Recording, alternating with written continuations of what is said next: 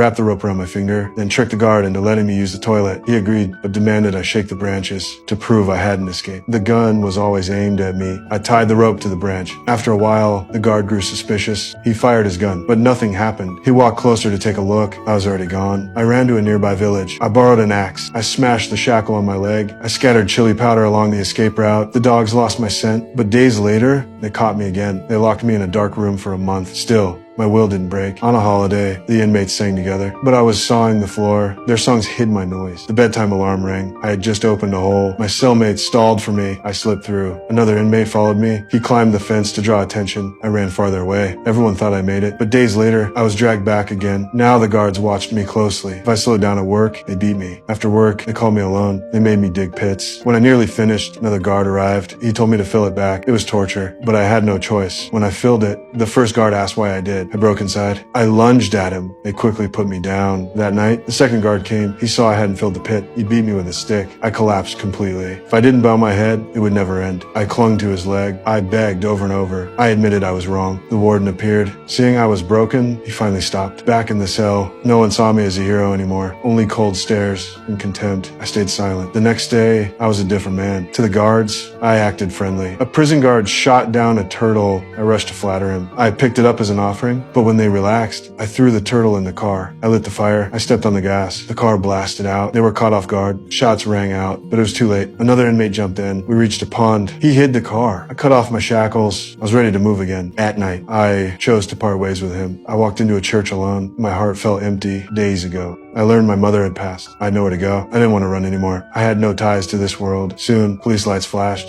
The inmate came back. He urged me to surrender, but I didn't listen. I opened the window. I walked into death. My story became a legend inside the prison.